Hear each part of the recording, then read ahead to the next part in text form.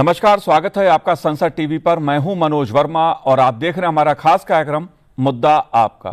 आज हम बात करेंगे नीट परीक्षा की। इस मुद्दे पर बात इसलिए क्योंकि केंद्रीय शिक्षा मंत्री धर्मेंद्र प्रधान ने शुक्रवार को नीट यूजी परीक्षा के मुद्दे पर एक प्रेस कॉन्फ्रेंस की और इस मुद्दे पर अपने मंत्रालय का रुख स्पष्ट किया। नीट यूजी की पुनः परीक्षा 21 जून 2026 को होगी। 14 जून तक परीक्षा एडमिट कार्ड जारी कर दिए जाएंगे। छात्रों को परीक्षा के लिए पसंद का शहर चुनने का मौका दिया जाएगा। नीट यूजी परीक्षा को लेकर शिक्षा मंत्री धर्मेंद्र प्रधान ने कई महत्वपूर्ण ऐलान किए, कई महत्वपूर्ण बातें उन्होंने आज प्रेस कॉन्फ्रेंस में कही। धर्मेंद्र प्रधान ने घोषणा की कि अगले साल से नीट यूजी परीक्षा कंप्यूटर आधारित फॉर्मेट यानी सीबीटी मोड में आयोजित की जाएगी। उन्होंने छात्रों को आश्वासन दिया कि सरकार स्वच्छ, निष्पक्ष और सुरक्षित परीक्षा सिस्टम के प्रति प्रतिबद्ध है और अनुचित साधनों का प्रयोग करने वाले किसी भी व्यक्ति या समूह को बख्शा नहीं जाएगा। परीक्षा रद्द करने के फैसले पर शिक्षा मंत्री धर्मेंद्र प्रधान ने कहा कि हमें राष्ट्र हित में एक कठिन फैसला लेना पड़ा। गैस पेपर्स की आड़ में सवाल बाहर चले गए, प्रश्न बाहर चले गए, जिसके कारण केंद्र ने 12 मई को परीक्षा रद्द करने का फैसला किया। केंद्रीय शिक्षा मंत्री धर्मेंद्र प्रधान ने नेशनल टेस्टिंग एजेंसी मुख्यालय का भी दौरा किया और परीक्षा से जुड़ी तैयारियों का जायजा लिया। इस दौरान शिक्षा मंत्री ने परीक्षा संचालन से जुड़े सभी अहम पहलुओं की बारीकी से समीक्षा की। इसलिए मुद्दा आपका में आज हम बात नीट परीक्षा से जुड़े विभिन्न विषयों पर करेंगे। उससे जुड़े जो पहलू हैं उसे जानने समझने की कोशिश करेंगे। खास मेहमान हमारे साथ जुड़े हुए हैं। प्रोफेसर सुषमा यादव जी हमारे साथ जुड़ी हैं, जो फॉर्मर मेंबर हैं यूजीसी की। बहुत बहुत स्वागत है सुषमा जी आपका संसद टीवी पर। साथ ही हम बात करेंगे प्रोफेसर सीबी शर्मा जी से, जो कुलपति हैं विनोबा भावे विश्वविद्यालय झारखंड से। बहुत बहुत स्वागत है आपका।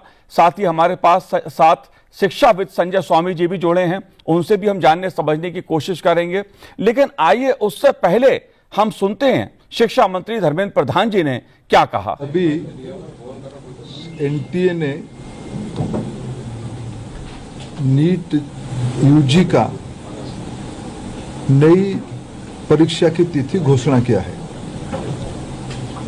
21 जून को री एग्जामिनेशन की डेट घोषणा की है। जो एग्जामिनेशन हो गई उस एग्जामिनेशन की फीस को हम स्टूडेंट को रिटर्न करेंगे। हम उसमें एनटीए वचनबद्ध है और जो आगे वाला परीक्षा होगा उसकी 0 फीस होगा।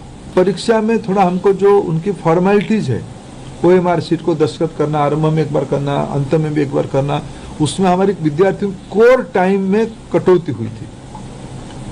जो 2 से 5 एग्जामिनेशन टाइम था उसको ध्यान में रखते एनटीए ने तुरंत एक निष्पत्ति किया है कि उसको और 15 मिनट बढ़ाएं। 2 से शुरू होगा, 5:15 तक ये परीक्षा की समय बढ़ाया जाएगा। एडमिट कार्ड, इस बार की एडमिट कार्ड 14 जून तक सभी को पहुंच जाएगा। अगले साल से नीट की परीक्षा कंप्यूटर बेस्ड टेस्ट से होगी। हमारी सर्वोपरि प्राथमिकता है छात्रों की भविष्य, उनकी परिश्रम के प्रति संवेदनशीलता सरकार की सदैव है। हम नहीं चाहते थे कोई गलत कैंडिडेट एजुकेशन माफियाओं के षड्यंत्र से कोई भी सही छात्र की अधिकार वंचित हो जाए। इसीलिए हम बड़ी जिम्मेवारी के साथ हमने कहा था हम 0 टॉलरेंस की अप्रोच में चलते हैं। हमने पिछले बार जो विसंगति आई उसमें जो हमने राधाकृष्णन कमेटी गठन हुई थी, पिछले 25 और 26 दोनों साल हमने राधाकृष्णन कमेटी को शब्दशः इम्प्लीमेंट किया। उसके बावजूद भी ये दुर्घटना हुई। इसलिए हमने पहला हमारे निर्णय हुआ कि हम परीक्षा को इस बार रद्द करते हैं। हमने 12 तारीख को परीक्षा को रद्द किया। स्वाभाविक देश में और विशेष करके स्टूडेंट्स में उसको लेके 2 प्रकार के मत आए। हम दोनों प्रकार के मतों को स्वीकार करते हैं, हम अपना दायित्व उसको मानते हैं, उसको कैसे समाधान की रास्ता निकालें। जाहिर सी बात है शिक्षा मंत्री धर्मेंद्र प्रधान जी ने यह भी कहा कि जो पूरा मामला है, जिस प्रकार से नीट परीक्षा का पेपर लीक हुआ, सरकार उसकी तह में जाएगी। सीबीआई को इसकी जांच सौंप दी गई है। सीबीआई ने कार्रवाई करते हुए 5 लोगों को गिरफ्तार भी किया है और उनसे पूछताछ की जा रही है। कौन बिचौलिए हैं, शिक्षा जो संस्थान हैं, कथित शिक्षा संस्थान जो हैं, उनकी भूमिका को लेकर भी सरकार बेहद गंभीर है। जाहिर तौर पर आज धर्मेंद्र प्रधान जी ने एक एक पहलू को स्पष्ट किया कि सरकार आगे किस तरह से कार्रवाई करने के मूड में है और भविष्य में किस प्रकार से परीक्षा का स्वरूप उभरकर सामने आएगा। सुषमा जी, मैं शुरुआत आपसे करूंगा क्योंकि मुद्दा बेहद संवेदनशील है। देश के लाखों छात्रों के भविष्य से जुड़ा मुद्दा है और सरकार ने जिस तरह से इस पर एक्शन लिया है, स्पष्ट रुख अपनाया है, आप कैसे देखती हैं? आपने धर्मेंद्र प्रधान जी को सुना, आपका क्या कहना है इस मुद्दे पर? देखिए, जो घटनाक्रम है वो तो चिंताजनक है, लेकिन जिस प्रकार से अभी हमने अपने माननीय शिक्षा मंत्री जी को सुना और सरकार का रुख देखा, 2 बातें मुझे उसमें बहुत अच्छी लगी। सबसे पहले मैं वो कहना चाहती हूँ, उन्होंने कहा कि सरकार छात्रों के प्रति पूरी तरह संवेदनशील है और ये समझती है कि कितने परिश्रम के बाद छात्र यहाँ पहुँचते हैं और हर एंट्रेंस एग्जाम उनके लिए कितना कठिन होता है, बच्चों के लिए भी और मैं कहती हूँ बच्चों के माता पिता और पूरे परिवार के लिए भी। दूसरी बात जो मुझे बहुत अच्छी लगी, माननीय शिक्षा मंत्री जी ने ये भी कहा कि हम ये भी नहीं चाहते कि मेरिट से विश्वास उठ जाए बच्चों का, इसलिए हमें ये कठिन निर्णय भी लेना पड़ा, क्योंकि ये हम विश्वास दिलाना चाहते हैं कि मेरिट के साथ हम समझौता नहीं करेंगे। और संवेदनशीलता को बनाए रखते हुए तीसरी बात जो उन्होंने कही कि हम फी रिटर्न भी करेंगे और अगले एग्जाम में 0 फी रखेंगे, फी भी नहीं लेंगे। यानी उन बच्चों के प्रति भी उनकी संवेदनशीलता स्पष्ट है जिनके लिए ये फी देना भी अपने आप में कई बार एक बहुत बड़ा जिम्मेदारी होती है या बहुत बड़ा खर्च होता है। इन 3 बातों को मैं विशेष तौर पर बहुत ही महत्वपूर्ण मानती हूँ। और चौथा जो उन्होंने किया और जो भविष्य से भी जुड़ा हुआ है, उन्होंने एजुकेशनल माफिया जो इस देश में बनता चला जा रहा है, जब से शिक्षा कमर्शलाइज हुई है जी, सरकार ने उसको कमर्शलाइज नहीं किया, लेकिन जैसे ही प्राइवेट एंट्री होती है वो कुछ कुछ कॉमर्स में बदलती चली जाती है। तो जैसे निजी संस्थान इसमें आए, एंट्रेंस टेस्ट आए, उसके साथ साथ कोचिंग इंस्टीट्यूशंस आ गए, मुझे लगता है वो एक बहुत ही पूरे देश के लिए, समाज के लिए, हम सब के लिए चिंता का विषय है और उसको भी अभी माननीय प्रधानमंत्री जी, माननीय शिक्षा मंत्री जी ने एड्रेस किया। इन 3 बातों को मैं बहुत पॉजिटिव तौर पर देखती हूँ, लेकिन पूरे घटनाक्रम में ये भी कहना चाहती हूँ, 22 लाख बच्चों के एग्जाम टैकल करना किसी भी एक संस्था, किसी भी एक प्रशासन के लिए बहुत सरल नहीं होता। इतनी विशाल संख्या का शायद ही किसी देश में मिलती हो, लेकिन फिर भी एनटीए पूरा प्रयास कर रहा है और इतने वर्षों से कर रहे हैं वो, कि इस पूरी बड़ी परीक्षा को भी ईमानदारी से, उत्तरदायित्व से और निष्पक्षता और पारदर्शिता के साथ पूरा कर सकें। जी, जाहिर सी बात है सुषमा जी, सरकार ने अपनी संवेदनशीलता इस मुद्दे पर दिखाई है, ऐसा मुद्दा जो देश के लाखों छात्रों के भविष्य से जुड़ा है। लेकिन सीबी शर्मा जी, मैं आपसे जानना चाहता हूं, जाहिर सी बात है आज शिक्षा मंत्री धर्मेंद्र प्रधान जी ने एक एक मुद्दे का जवाब दिया, सरकार का रुख स्पष्ट किया, लेकिन एक सबसे बड़ा मुद्दा जो हर किसी के मन में उठता है, हर किसी के मन में वो सवाल आता है कि आखिर पिछले कई वर्षों से ये बार बार पेपर लीक की घटनाएं जो होती हैं, इसके पीछे क्या मॉडस ऑपरेंडी है, कौन लोग हैं ये, कैसे खेल हो रहा है ये देश में? देखिए, मैं 2 चीजें कहना चाहूंगा। एनटीए की जब स्थापना हुई थी, उस वक्त शिक्षा मंत्रालय में जो चर्चा हो रही थी, बहस हो रही थी, मैं उसका हिस्सा था और हम लोगों ने यह तय किया था कि एनटीए ऑनलाइन टेस्ट कराने की ही एजेंसी होगी, ये पेपर पेंसिल टेस्ट नहीं करेगी, इसलिए इस संस्था को छोटा रखा गया था। कुछ कारणों से उसको ये पेपर एग्जाम दे दिया गया। बहुत बड़ा निर्णय है माननीय मंत्री जी का कि हम अगले साल से कंप्लीटली ऑनलाइन कराएंगे। ये राय दुरुस्त है, बहुत सही निर्णय माननीय मंत्री जी ने लिया है। देखिए, ये मत भूलिए कि नीट का एग्जाम दुनिया का सबसे बड़ा एग्जाम है, 24 लाख से ज्यादा बच्चे बैठते हैं, तो हम पानी से कह रहे हैं, माननीय मंत्री जी ने ये कहा है कि फीस नहीं लगेगी, लौटा दिया जाएगा, आपको कोई अंदाज नहीं होगा कि ये कितना बड़ा रकम है। लेकिन माननीय मंत्री देश हित में ये निर्णय ले रहे हैं, ये सराहनीय साधुवाद कर रहे हैं। तो आपको 2-3 चीजें देखनी होंगी। जी देखिए, एनटीए को घड़े में खड़ा करना सही नहीं है।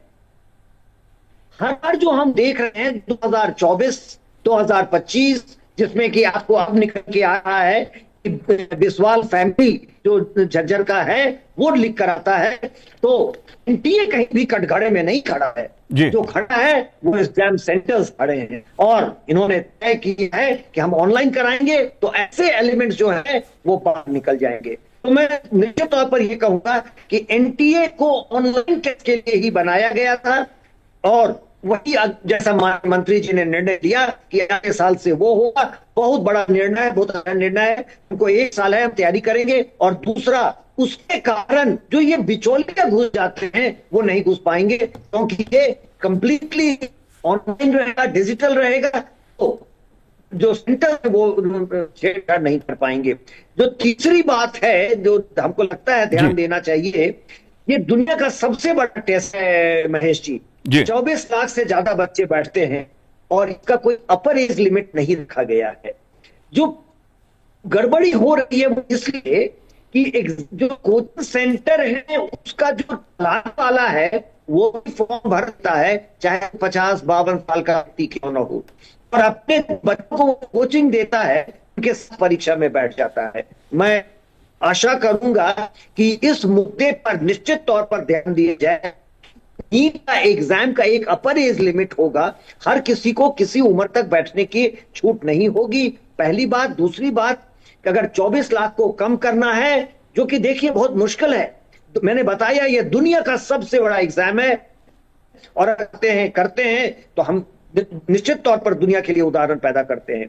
तो आपको अपर एज लिमिट फिक्स करिए, और दूसरी बात कि आप 2 लेवल में करिए। पहला स्क्रीनिंग टेस्ट करा दीजिए, या आप 12th के एग्जाम के बेसिस पर एक कट ऑफ फिक्स करिए कि जिनको 70 या 75 आएगा। हमने अब कर दिया है, राष्ट्रीय शिक्षा नीति के आधार पर हमने कह दिया है कि जो ग्रेजुएशन करेंगे और 3rd ईयर के बाद 75% नहीं लाएंगे, उनको हम 4th ईयर में नहीं डाल देंगे। हम ऐसा 12th में क्यों नहीं कर सकते हैं कि जिनको 12th के एग्जाम में 70% आएगा वही मेडिकल टेस्ट में नीट में बैठेंगे। तो ये सारे निर्णय होने होंगे महेश जी। लेकिन आज जो निर्णय लिया है माननीय मंत्री जी ने, और जिस द्रुत गति से लिया है, इतनी तेजी से बच्चों को जो परेशानी हो रही थी, उत्सुकता थी, उसको दूर किया है। इसके लिए निश्चित तौर पर भारत सरकार का जाहिर सी बात है कि नीट यूजी की परीक्षा जो है वो 21 जून 2026 को पुनः होगी। सरकार ने तेजी के साथ नई तारीख तय करी ताकि बच्चों का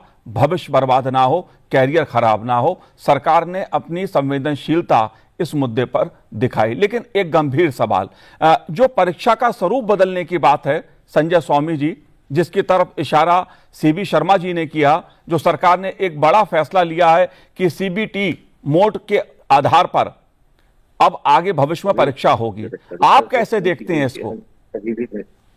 मनोज जी, एक तो विशेष बात यह है कि प्रधानमंत्री नरेंद्र मोदी जैसे तेज तर्रार और संवेदनशील नेतृत्व में धर्मेंद्र प्रधान जी मंत्री हैं, और 17 साल का उनका सरकार में रहने का अनुभव है।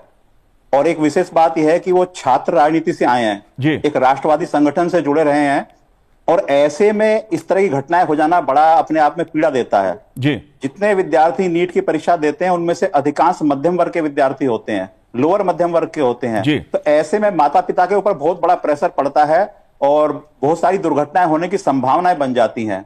तो इसलिए जो आपने बात कही है कि परीक्षाएं तो ये लीक लगभग हर वर्ष होती हैं, ये मुद्दे इतने बड़े नहीं बन पाते, इतने लोग पकड़ नहीं जाते। नहीं तो मेरे को प्रत्यक्ष मालूम है मुझे कि जितने कोचिंग सेंटर हैं ये लाखों रुपए फीस लेते हैं। 15 साल पुरानी मुझे घटना ध्यान है, मेरे दोस्त की बेटी, अब तो एमडी कर लिया उसने, तो एमबीबीएस का उसने कोचिंग ली, तो उसको फोन आया, मेरे दोस्त ने कहा क्या करना, मैं आप जाके देखो। तो वो गए, उनको बोले कि इतने लाख रुपए लगेंगे, आपकी बेटी को 3 दिन हम रखेंगे और सीधे एग्जाम सेंटर ले जाएंगे, उसके बाद आपको बेटी मिलेगी। मतलब ये प्लान तो बहुत पुरानी चलती आ रही है, पर इतने बड़े स्केल पे सामने आई। इसलिए धर्मेंद्र प्रधान जी जैसे व्यक्ति के नेतृत्व में शिक्षा मंत्रालय, जिसका नोडल एजेंसी है, सारा चीज देखता है, ऐसी घटनाएं बहुत देश के लिए अभिशाप के रूप में है। तो इस नाते से ये विचार करना चाहिए कि इस तरह की घटनाएं ना घटें। हमको, हमारा देश पुराना देश है, जिस जमाने में राजा होता था वही न्यायाधीश, वही शासक, वही प्रशासक, रात को भेष बदल के घूमता था, देखता था क्या क्या मेरे समाज की पीड़ाएं हैं।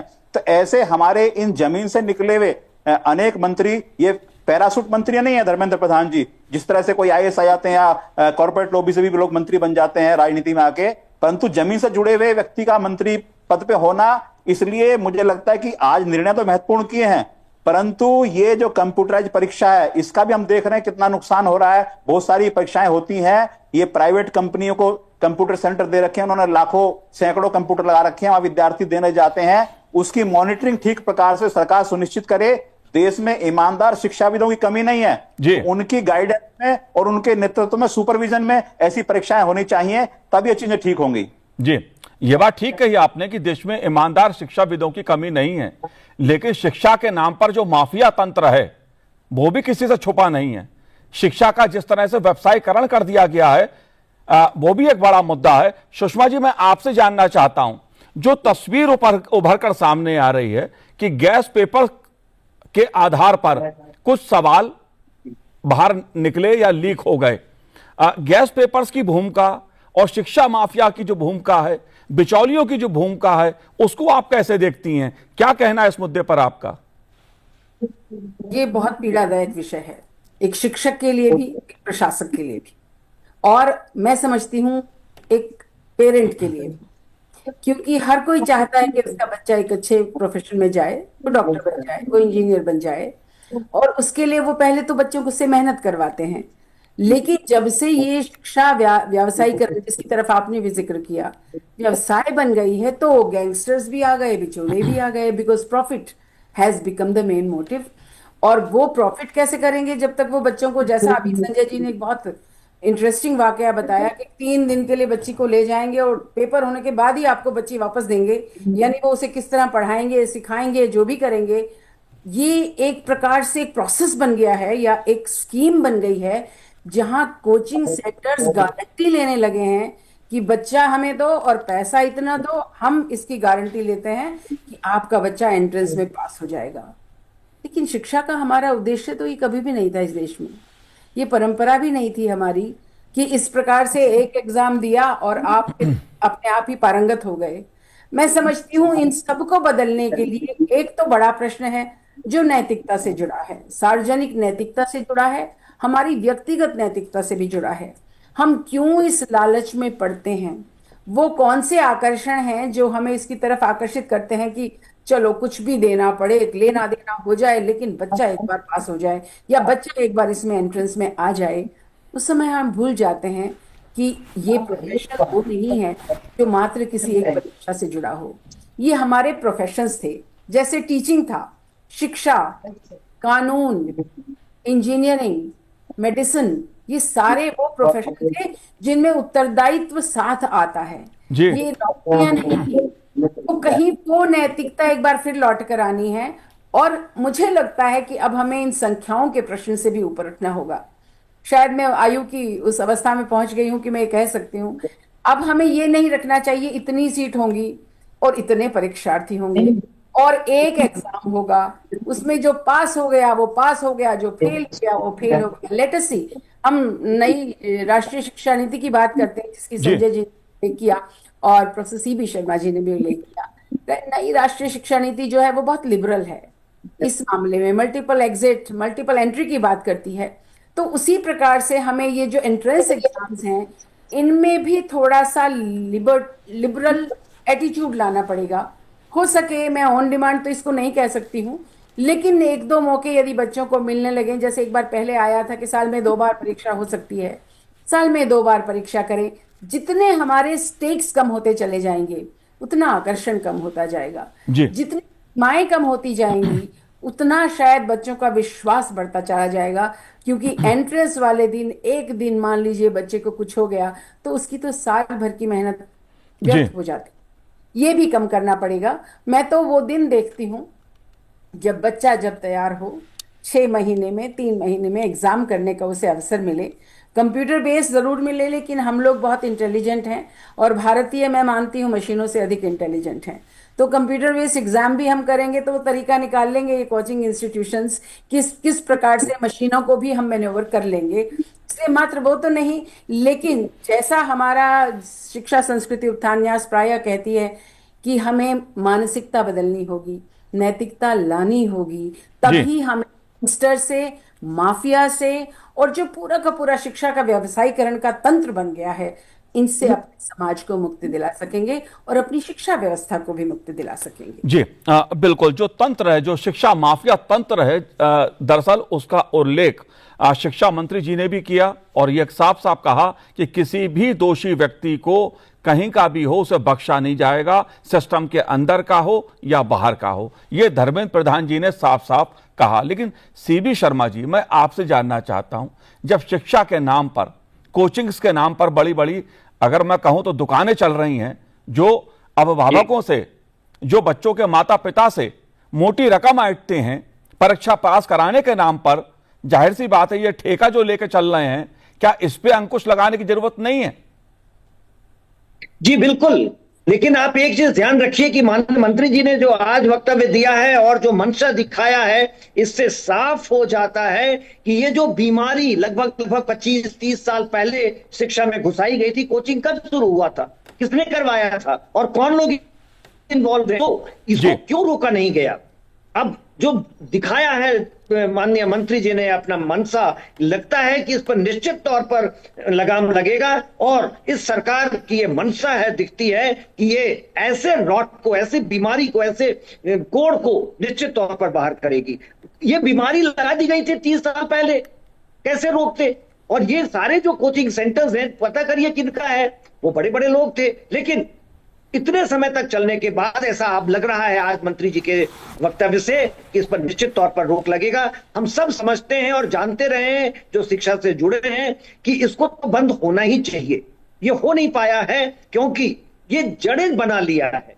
आप देखिए कि हम लोगों ने यूसेट लाया जी, यूसेट के बाद इतने सारे सेंटर्स और खुल गए, उस पर रोक लगना चाहिए। तो मेरा ऐसा मानना है कि ये बीमारी कोई लगभग 30 साल पहले लगा दी गई थी शिक्षा में, जब कोचिंग आया था, और उसको अब लगाम लगेगा, ऐसा हम सब विश्वास कर सकते हैं। और इसकी दवा ऑनलाइन भी होगी, इसीलिए एनटीए, आपको याद होगा 17-18 के में सारा डिबेट हुआ था और हम लोगों ने इसीलिए ये कहा था कि ऑनलाइन ही होना चाहिए, क्योंकि जब ऑनलाइन होगा तभी ये बीमारी बाहर जाएगी और जो कोचिंग सेंटर्स फंस कर पाते हैं, कहीं ना कहीं घुस जाते हैं, वो निकल पाएंगे। अब आज के वक्तव्य से माननीय मंत्री जी के ये स्पष्ट हो गया है कि अगले साल से ऑनलाइन ही होगा, डिजिटल होगा, और जैसा सुषमा जी कह रही हैं कि हम बाकी क्षेत्रों में करके दिखाए हैं जी, हम डिजिटली दुनिया के सबसे आगे देश है।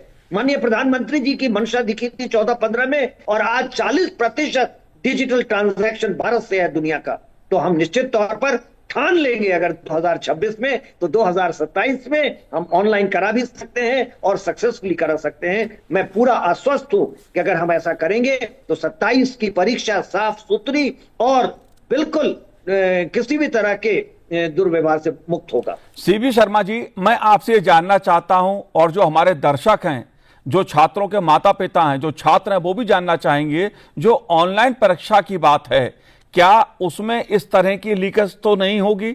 वो तो सुरक्षित होगा, या इसकी गारंटी नहीं दे सकते हैं? नहीं, मैं ये कहूंगा कि आपके पास उदाहरण है। मैं ओपन स्कूल का चेयरमैन रह चुका हूं और हम ऑन डिमांड एग्जाम करते थे, आज भरो कल परीक्षा दो, और देश भर में ये चलाते थे और बहुत बढ़िया चलता था।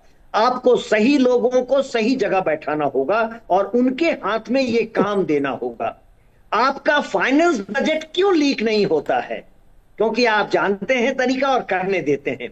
मैं एक सलाह देना चाहूंगा, देखिए लगातार जेईई की परीक्षा सीबीएसई करता रहा और वहां का जो एग्जामिनेशन कंट्रोलर था, मुझे याद पड़ रहा है 2006 में लीक हो गया था, जब माननीय मुरली मनोहर जोशी जी मंत्री थे। एक सप्ताह में संयम भारद्वाज वहां तब हुआ करते थे, आज भी शायद वो कंट्रोलर ऑफ एग्जाम है सीबीएसई के। ऐसे व्यक्तियों को जिनका पूरा अनुभव है, उनके हाथ में दे दीजिए, वो करके दिखा देंगे।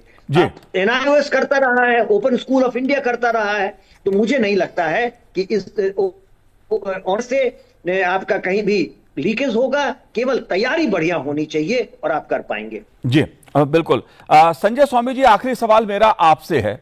जाहिर तौर पर शिक्षा का जिस तरह से व्यवसायीकरण किया गया है, सरकार ने नई शिक्षा नीति भी बनाई है ताकि देश को एक अच्छी, स्वच्छ और निष्पक्ष शिक्षा मिल सके, बच्चों का भविष्य बेहतर बन सके। इन बातों को आज धर्मेंद्र प्रधान जी ने अपनी प्रेस कॉन्फ्रेंस में कहा भी। आपका क्या सुझाव है, आपका क्या मुद्दा है कि भविष्य में इस प्रकार की जो लीकेज है, जो इस प्रकार के पेपर लीक होते हैं, उन पर अंकुश लग सके? क्या करना होगा? कैसे जो शिक्षा माफिया है उस पर शिकंजा कसना होगा? ये एक तो केवल सेंटर बदला है।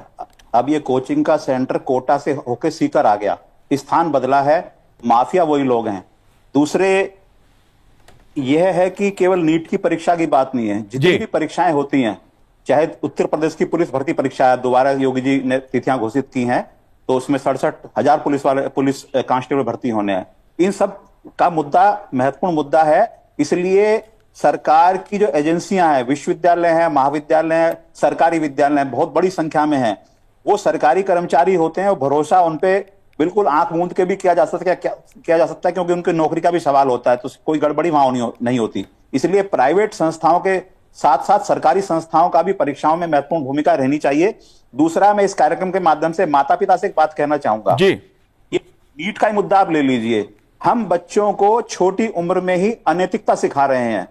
अधिकांश बच्चे नियमित रूप से 11वीं 12वीं में किसी विद्यालय में प्रवेश लिए होते हैं, रेगुलर पढ़ रहे होते हैं, परंतु वास्तव में उनकी फर्जी अटेंडेंस लगती है। वो कोटा में, सीकर में, ऐसे स्थानों पर कोचिंग ले रहे होते हैं। तो हमने बच्चों को वहीं से एक भ्रष्ट आचरण की शिक्षा दे दी, जिसका परिणाम क्या हो रहा है कि एमडी डॉक्टर, एमएस डॉक्टर भी जो है, रोग तो कम नहीं हो रहे, अस्पतालों में मरीजों की संख्या बढ़ रही है, मृत व्यक्ति वेंटिलेटर पर लेटा हुआ है और उससे लाखों रुपए ऐंठे जाते हैं। तो वो चरित्र हनन भी हो रहा है। राष्ट्रीय शिक्षा नीति ने बार बार चरित्र निर्माण के ऊपर जोर देने की बात करी है। जो शिक्षा संस्कृति उत्थान न्यास का नाम दिया, उस संस्था ने बार बार विद्यालयों में, महाविद्यालयों, विश्वविद्यालयों में गोष्ठियां आयोजित करके, सेमिनार के माध्यम से कहा है कि बच्चों के अंदर संस्कार का रोपण हो। इसलिए शिक्षकों में पहले पंचकोशीय शिक्षा उनको प्रदान की जाए। इसलिए मेरा यह कहना है कि माननीय मंत्री जी ने जो निर्णय लिए हैं, ये व्यवहारिक पक्ष में आए।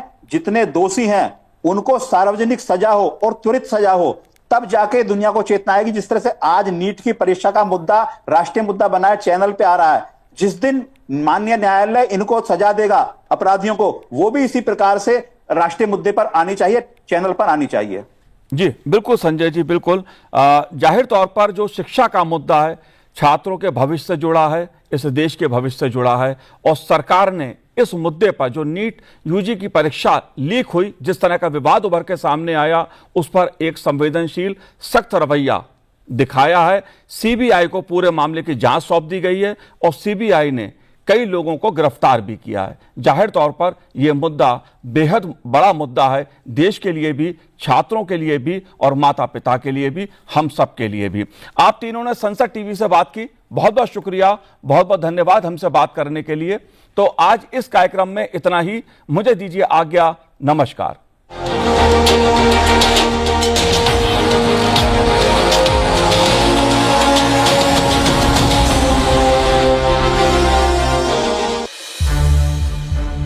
संसद टीवी के और भी प्रोग्राम्स देखने के लिए सब्सक्राइब करें हमारा YouTube चैनल और हाँ, इन्हें लाइक और शेयर करना ना भूलें।